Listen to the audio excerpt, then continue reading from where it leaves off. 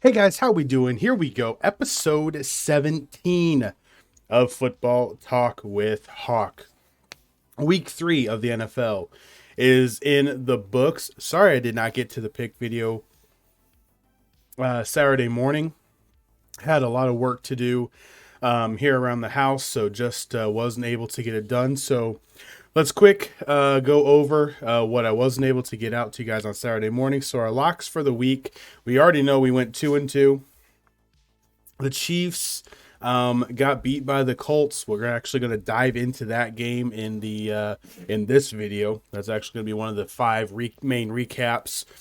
Ravens got the dub, Eagles got the dub, and the Packers and Bucs game. Well, we're also going to dive into that game. Very underwhelming, but we'll get into that here in a little bit. So, as far as our weekly locks are concerned, we're now 8-4, and then let's move to the picks for the week. So I had the Browns, which got the W on Thursday. Rams got the W. Raiders lost. And I've got the Giants tonight. Penguin had a really solid week and was one game away from going perfect. That Buffalo game, we're going to dive into that game in this video as well. And then J-Dog went 2-2. Los Angeles Chargers. I mean, your quarterback's hurt. Your main wide receivers hurt, even though they got pretty good depth at the wide receiver position. But your wide receivers hurt. Your running back's banged up. Your quarterback's banged up. So Dog went 2-2. I'm hoping to go 3-1, and Penguin went 3-1 this week. So we're still going to be basically all together after the third week. But let's dive in to what we got here. We're going to run into the first recap, which, yeah, you guys guessed it. It's going to be my Colts. So, like I said last week, it's going to continually probably evolve through these first 4 or 5 weeks. So this week, I've got the scores above the main ones we're going to be focusing on. May have something more come in here in the future, but let's dive into this game. I watched every minute of this game, watched everything about it. Right off the bat, first thoughts of the game, Kansas City lost the game. Indianapolis didn't win the game. Yes, it goes down as a W. Yes, it was at home. Yes, the team is pumped and going to get a lot of momentum off of this. We needed this really badly, no doubt whatsoever. But the reality of this game is the Chiefs lost it. The Colts didn't win it. The turnovers, Kansas City had the turnovers. The Colts won the turnover battle.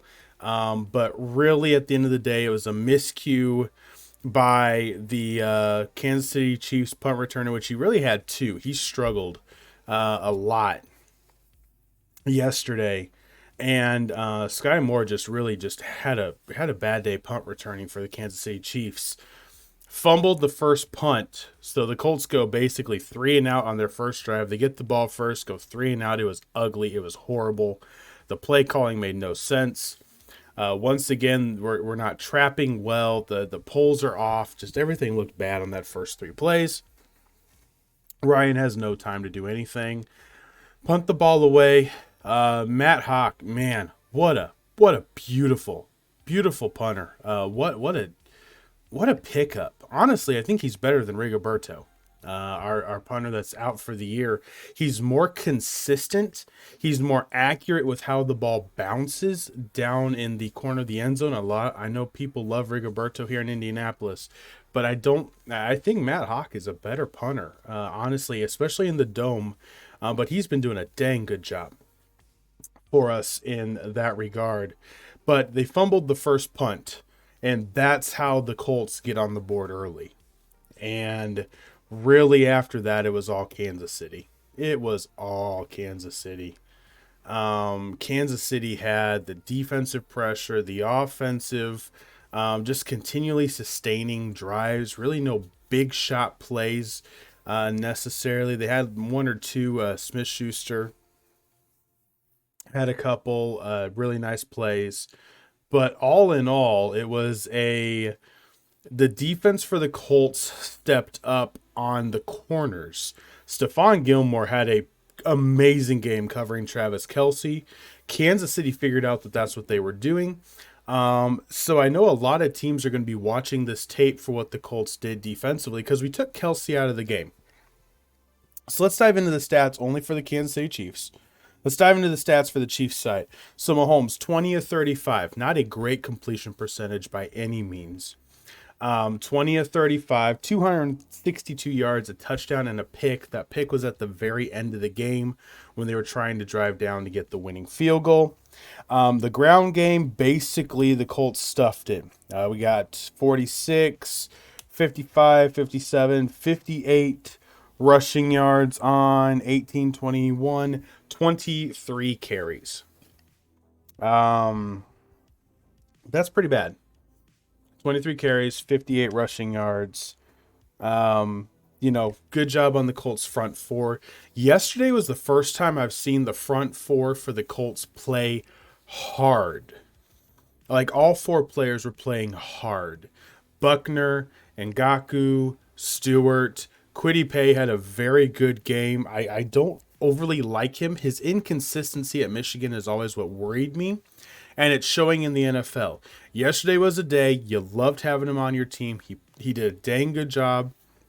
The entire front four did fantastic. Our linebackers still stink. But keep on the Kansas City Chiefs here. Receptions, Smith-Schuster 5 for 89. Kelce got 4 for 58 and a touchdown. And 3 of those receptions were on the same drive. They switched the motion to get Gilmore off of him. Which is what I've been basically complaining about with Reich for the last 3 weeks.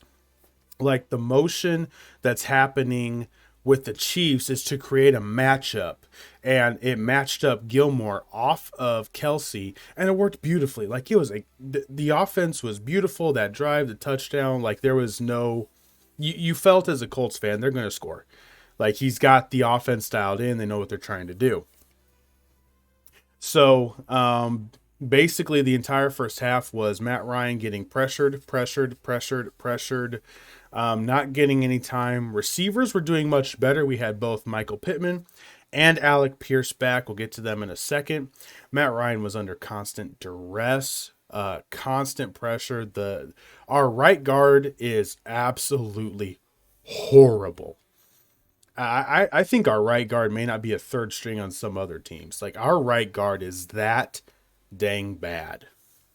He cannot pick up the blitz. Our center has taken a step back, and we're used to really solid center play. Jeff Saturday was a stalwart at center, recognizing blitzes, recognizing movement, and there's no communication from Ryan Kelly at the center position right now. It's really difficult, but nonetheless, getting into the Colts side of things, Ryan under constant duress. End of the day, though, 27 for 37, better completion percentage than Patrick Mahomes. 2 touchdowns, no picks. He did fumble twice. The fumble that he actually lost, that one was could have gone both ways. But one of the fumbles that he lost, he got hit just straight on. And he was getting ready to try to throw. Ryan's trying to get the Colts going. He may be over trying right now because this isn't like he knows they can do better. So honestly, the game was just one of those things that you watched it. Our running game was a little bit better. Jonathan Taylor, 21 rushes, 71 yards. Not great. Not averaging 4 yards a carry. The offensive line isn't getting any movement. They still have to respect it, which is great. Like it's the respect issue right now. The play action did open up 3 or 4 throws that I can remember where it actually opened it up, but not a ton of respect for the running game. The offensive line is just struggling because they can't get the push on the right side. The Chiefs put Chris Jones, their best defensive tackle, they moved him to the right side. Quentin Nelson, our stalwart left guard, was absolutely bullying him. Like he could not play against Nelson. The minute they moved him to right guard, I don't think he ever did not get to the quarterback. So Kansas City did a good job of mixing stuff up, and they had us beat. They absolutely had us beat 17-13. Final drive of the game, we're going for it on fourth down. Odds are if we punt it to Patrick Mahomes in our position, we're not getting the ball back at all. And the fourth down play, Chris Jones takes down Matt Ryan and starts running his mouth. Now, a play like that, you're looking at, it's not a turnover on downs until the play is officially completed. So the third down play, the sack, the way it was looking, it was bad. He starts jawing. Now he's only jawing, no pushing, no shoving. He's just yapping his mouth. And the head referee is standing right behind him. And he hears what he says and throws the flag for unsportsmanlike conduct. I mean, there's no other way to put it. Keep your mouth shut, play football. I know it's an emotional part of the game. It's fourth quarter. It's a big stop. The Colts are not going to go anywhere after this stop. 15-yard penalty, Colts first down. They keep the drive moving. Some beautiful catches. Alec Pierce had a beautiful catch in the third and the fourth quarter. Alec Pierce looks good. He looks like the nerves are out of him. Remember, week 1, he dropped a touchdown pass. He got knocked out with a concussion. But dang. Yes, the Colts had a gutty performance. Yes, it was grinding, gritty. They did their job, but the Chiefs really lost the game. That 15-yard penalty, the muffed punt inside the 1 to open the game. It was the only reason the Colts ever had the lead early. And really, that's what it comes down to. So the Colts played a cleaner mental game than the Chiefs did. Got the victory 20-17. All right, next game. You guys know, if you've watched any of these videos, I absolutely love the Lions. I think they're an amazing team. I highly respect what Dan Campbell has done up there in Detroit. And I really hope that they can start winning consistently. And let me tell you, if they continually come out the way they have been, it's going to happen. They are currently a team that cannot finish the second half, which if you guys watched, and I know I linked last week, I hope you guys watched the last episode, talked a little bit about college football and Joel Klatt's fixing of the college football playoff. But he was talking about some of the teams that have been growing up. So here's the progression. Now, this is college football, but it's very applicable to the NFL. The reality is, if you're going to do a 2-year plan, you want to see a progression of the team through a certain point. That's why the Falcons are actually really impressive right now with what they're doing, and we'll get to them in the next video as we recap their game. But the Lions, they're right there. So the progression is this. There's 4 progression stages. The first stage is losing big. You're getting pummeled. You just don't have the talent to compete. You don't have the same skill level. That's going to happen. The Falcons shouldn't. Like, they got a bunch of dead cap. They shouldn't be fighting as much as they are.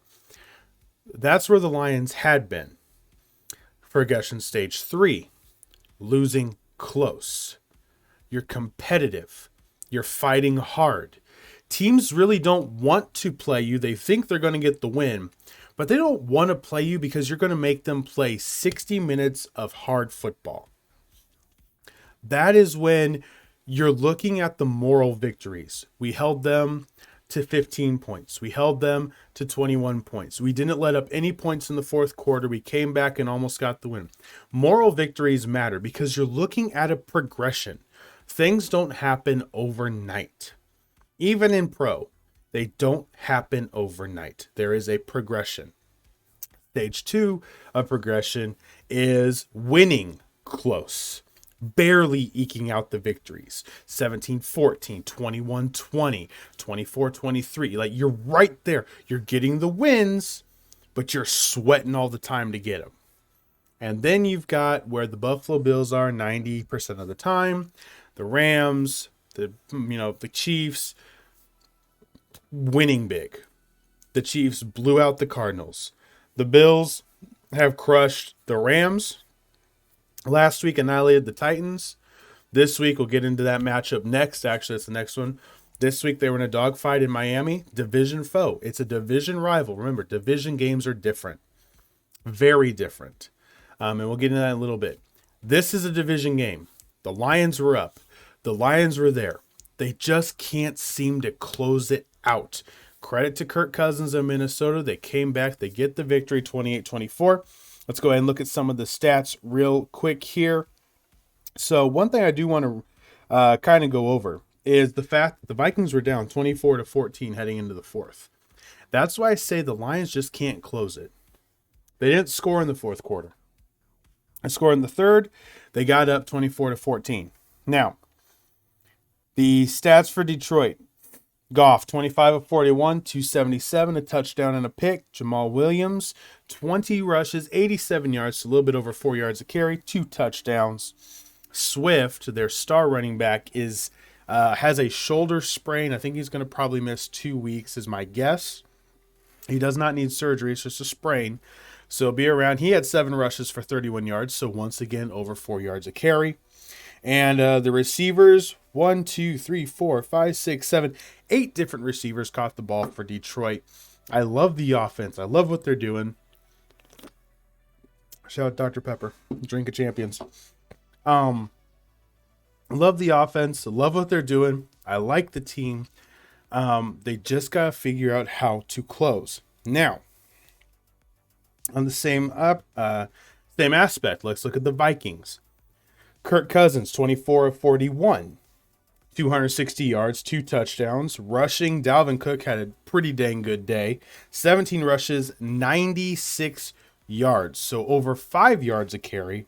A touchdown, Alexander Madison, 7 rushes, 28 yards, 4 yards a carry exactly. Also a touchdown.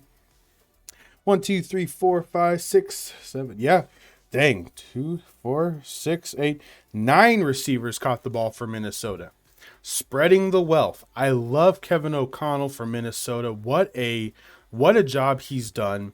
Last week in Minnesota, Kirk Cousins was primetime Kirk Cousins. We know he struggles. He can't play in the big spot. But in both the Sunday games, Green Bay, Detroit, 2 division games. Now think about this. That's 2 division games. They're already 2-0. Leading their division, 2-0 with 2 division games. Good job to Minnesota getting the victory, 28-24. The defense kind of eventually dialed it in. I don't think Minnesota's defense is as strong as in years past with Mike Zimmer. I think they still have to gel, though. When you watch some of the plays, especially with the offense that Detroit is running, they looked a little bit unsure of exactly which spot they wanted to play the zone and where they wanted to man up. You see a little bit of that confusion. You saw it in week 1 against Green Bay, but Aaron Rodgers just kept doing the dump offs. There were open receivers, but he just kept dumping the ball off. You saw it against Philadelphia. The placement and location isn't nearly as crisp. So I think they got to dial that in, but if they do, I honestly think they'll be just fine. But GG's to Minnesota getting the win 28-24. All right, let's go ahead and take a look at this game. 14-12. I'm not going to spend a ton of time on it because this is going into my rant I've been on for a while now. I want to see good football. Buffalo and Miami yesterday, and that'll be when we got that match coming up. Buffalo and Miami yesterday was an amazing football game. 2 division rivals going head-to-head, hard at it, playing their hearts out. The emotions on the field, every play is like you're trying to win the Super Bowl. Basically, they felt they were playing for the division, and I loved the intensity. 2 teams that have come out this year to play. These are 2 teams that you don't know what's happening. 14-12. Tampa Bay does not score an offensive touchdown. Green Bay scores 2. But let me explain this. Aaron Rodgers scores a touchdown at the end of the first quarter, and they take the lead 7-3. They then come back on the next drive. They score another touchdown to make it 14-3. They do not score a touchdown in the second half, And Brady gets a touchdown, and they had to go for a 2-point conversion, but it was so debacled. Like, the end of this game, I was watching, running it back and watching it over. It looks so dirty. From the play call to the huddle to the execution, it just looked dirty. So a 2-yard 2-point conversion to tie turns into a 7-yard 2-point conversion to tie. Incomplete. Packers win the game. Watching some of the stuff afterwards, though, nobody in Tampa really seemed dejected. They don't really seem dejected. And Aaron Rodgers, everybody said this game mattered more to Aaron Rodgers, and it does because he can't beat Tom Brady. And he gets the win, so let's just leave it. We'll just leave it at that for now. But offensively for him again, like this isn't great. 27 of 35, good completion percentage, 255 in passing yards, 2 touchdowns and interception. He did look for some other players, but Allen Lazard was back. He had 4 receptions, 45 yards, and a touch. And Romeo Doubs is becoming one of his favorites. He had 8 receptions, 73 yards, and a touchdown. So the distribution was better. Their running game absolutely stunk. And if I told you guys in the matchups, the key matchup video, I said that the defensive line for the Buccaneers I thought was just going to eat them alive. The Packers ran the ball 25 times. 25 rushes, 12 by Jones, 12 by Dillon, 1 by Aaron Rodgers. So 25 rushes for a grand total of 67 yards. 67 yards. It's bad. Like that is bad. The defensive line for the Tampa Bay Buccaneers, people aren't going to talk about them unless they win. But I want to be very clear. You held the Packers to 14 points. You did your job. You did a dang good job of that. And you really shut them down in the second half. They couldn't do anything. They couldn't run the ball. They couldn't protect anything. Your offense just did not move the ball at all. And here's why. Brady, 31 of 42, 271 yards, a touchdown, no interceptions. Total rushing plays, 14. 14 rushes for Tampa Bay, 34 yards. That's less than 3 yards a carry, folks. Less than 3 yards a carry. It was a bad game. It was a boring game. Watched it back. And this should be a primetime. It was America's Game of the Week. This should be the primetime slot. Like, this should be a bunch of people viewing in to see Tom Brady and Aaron Rodgers go head-to-head and expect to see really good football. They saw trash. Like, it was not good. Like, I don't know what happened. Packers get the win. Give it to them. They're 2-1 now. Good for them. Buccaneers now, the struggles are definitely evident. The struggles are evident. They shouldn't have beaten the Saints. Jameis Winston, not good. He lost it again for Carolina or against Carolina yesterday. Like, Jameis Winston's bad. This should be a marquee matchup, and it wasn't.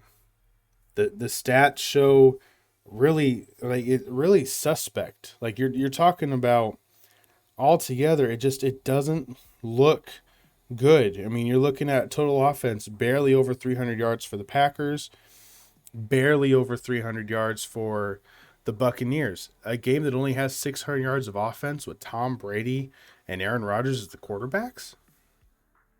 Barely together has 600 yards of offense. But that's a bad game. The defenses, we know the defensive line for the Bucs is good. The Bears ran up and down on the Packers.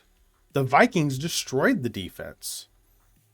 Like, it is just bad football, unfortunately. But GG's to the Packers. They get the W 14-12. All right, let's hop into the Sunday night football game since we're actually doing this video on Monday morning.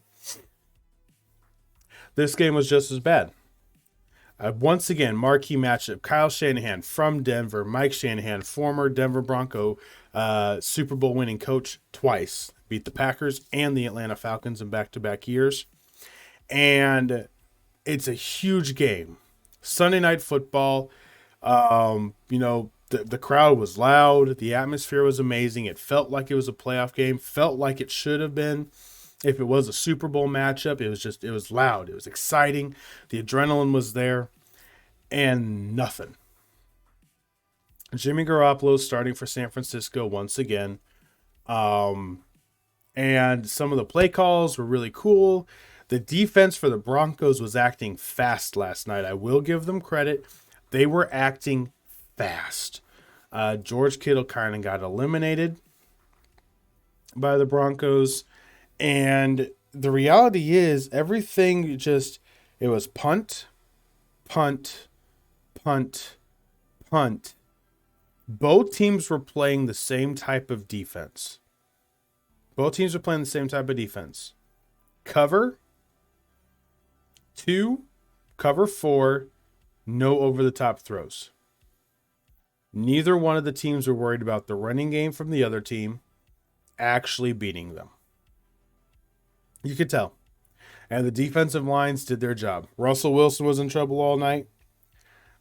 Jimmy Garoppolo was in trouble most of the night. So check out these stats. We got for Garoppolo, 18-29, 211 yards, a touchdown and an interception. Jeff Wilson Jr., I love this running back. It's a little bit misleading because he had one big rush that kind of got most of his yards, but he had 12 rushes, 75 yards. No touchdowns, but altogether, they ran the ball a total of 19 times for 88 yards. So a little over 4 yards a carry, so not bad. But like I said, there was a big chunk that Wilson got. I think his long run was like 34 yards. So that would have been 11 rushes for 41 yards without that big run. So when you slice it down, taking out the big stuff, and that's what when you're looking at analytics, when you're trying to figure out how a game went, you always take off the best and you take off the worst when you're trying to figure out the average, because the middle evens everything out. And that's what they do with quarterbacks. Like, take their best year, throw it out. Take their worst year, throw it out. Everybody has a great year, everybody has a bad year. What was their total value of work in the middle? That's what you do when it comes to stats. If they've got a ginormous rush or a ginormous catch, see what happened in the middle to figure out if they were actually effective. Wilson, overall, little over 3.5 yards a carry, would have been the average. Not overly effective. Denver Broncos, let's look at these. 20 of 33 for Russell Wilson, 184 yards, no touchdowns, no interceptions. That's what you expect Jacoby Brissett, Joe Flacco. That's what you'd expect Baker Mayfield to get, not Russell Wilson. The offense looks horrible. Like, Nathaniel Hackett is asking Russell Wilson to not be Russell Wilson. He better figure this out, because they paid him a bunch of money to be the quarterback he is, not the quarterback that this new coach wants him to be. He dealt with Aaron Rodgers in Green Bay. Aaron Rodgers is an arrogant child. Russell Wilson is a professional football player.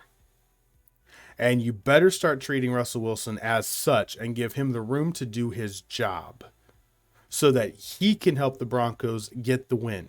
The final drive of that game for the Denver Broncos showed exactly why they wanted Russell Wilson. He ran around, he rushed out of the pocket, got free on a scramble, made a big play, made two really big throws, scrambled out backwards, made a big throw 20 yards downfield. Then had to scramble, ran up the middle, got a first down, moved the chains. Then to get down inside the 5-yard line, threw a beautiful back shoulder pass he was being Russell Wilson for one drive of that game. Only one drive did I ever see Russell Wilson play last night. All the other drives were this weird quarterback. But I will say the Denver punter, he was amazing. That's a big reason why this game was so bad. The punters on both teams did a fantastic job of pinning the other team deep in the end zone, or deep back near the end zone. So great job. The punters did amazing. The punters were honestly, the punt coverage was most of the best plays of the game. Saving the ball from going into the end zone, tightrope walking. It was great. Punts were exciting. That's sad. It was a bad game for Sunday Night Football. I'm sorry, guys. I wish we could see some really good football. Just how everything's playing out, you can look at the games and go, it wasn't great football. Like, you can love it when there's really good defense because there's a lot of sacks. There's a lot of defensive plays. Right now, it's just errant throws. Balls too high, balls too low, balls in the dirt. Sacks there just end up being, instead of being sacks, the quarterback's getting away and just throwing the ball away. It's not the defense with the Ravens, the Steelers, the Chargers, the Patriots from back in the day. It's not the defense of the Buccaneers or the Packers when they had, the big boys up front, the Bears. That's not what this is. This is just bad. It's just bad play. But at the end of the day, Jimmy Garoppolo made a meme first start, and he runs out of the back of the end zone for a safety, not being aware. Now, he runs a pretty deep bet. He wasn't even on the 1. I think the ball was on like the 3 or 4 yard line, if I remember correctly, and he still runs out the back of the end zone. Still, foot goes on the line, throws the ball, and they got lucky that it was a safety because that pass got intercepted and run into the end zone, only 2 yards away from the end zone, but got run back into the end zone. So the 49ers actually wanted the safety to happen compared to that. So Broncos get the dub, 11-10. But once again, a big matchup, huge matchup. Paper, emotionally, physically, star-wise from both the coach, history-wise, basically a dud on Sunday Night Football. All right, guys, the one game of the week that I thought was an amazing game. Sorry it's so blurry. I don't know what happened to the images, but, guys, this game was fantastic. Miami Dolphins defense played their hearts out.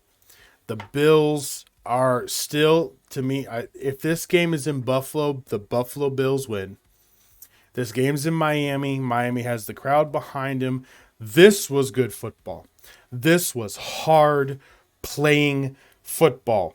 And you've heard all the stats from all these other games that I've told you. So let me do this.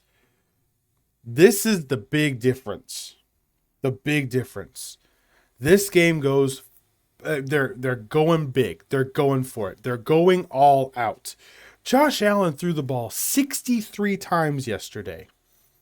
He was 42 of 63, 400 yards and 2 touchdowns. No overtime. This is straight up. No overtime, straight up. Josh Allen yesterday outgained both the Buccaneers and the Packers individually, by himself.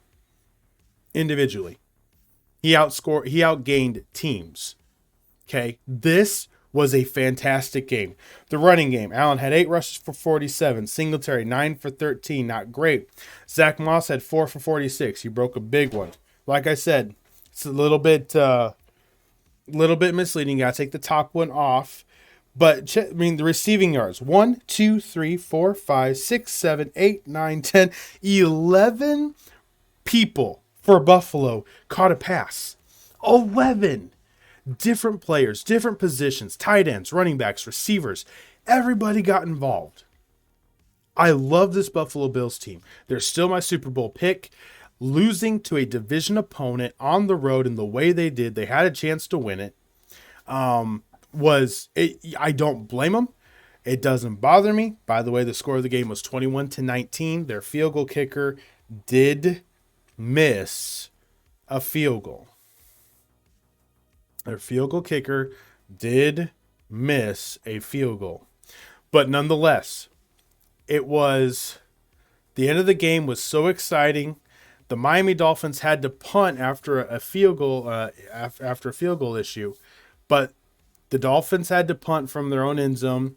The punter kicks the ball to go straight into the head blocker, which is the guy that's right in front of him to block the last guy to be able to get to him. He punts it right into his butt, and the ball goes back out of the end zone for a safety. Wildest play. Wildest play. And it's now we've got Mark Sanchez and the butt fumble. We've now got the butt punt. Like, this is awesome. This is fantastic. This is what makes football so much fun. But complete turn. Josh Allen gets the ball driving down the field. The offensive coordinator for the Bills was ticked. Just the final play wasn't crisp, so they did have an issue there. They could have got the ball snapped and probably tried to kick a field goal to win the game. But even with all that, it was great football. It was divisions fight. Like, they were fighting so hard. The Miami defense, I'm going to give them a ton of credit. They did a great job. They did a fantastic job of how they did everything. 13 of 18 for Tua Tagovailoa, 186 yards and a touchdown. Much more consistent. Only 5 incompletions, good yardage, played well. Jalen Waddle had a huge game again. Chase Edmonds had 2 rushing touchdowns. Buffalo basically carried this game. And at the end of the day, Miami had enough breaks go their way where they got the dub. But boy, do I love this Bills team. The Dolphins team, they're scrappy, they're hard. They came back against the Ravens last week. They beat the Bills this week. I love it. I absolutely love it. This has been huge. Next week's the final week. Remember, heading into week 5, I give my updated standings predictions. The Dolphins are going to have more wins. I'm telling you, I'm moving the Dolphins into the playoffs. I love what their offensive coach is doing. I love what their defense is. They're playing hard. They're going to keep the Bills. They're going to keep the Bills focused because they can get the W's and because they're going to be able to play hard.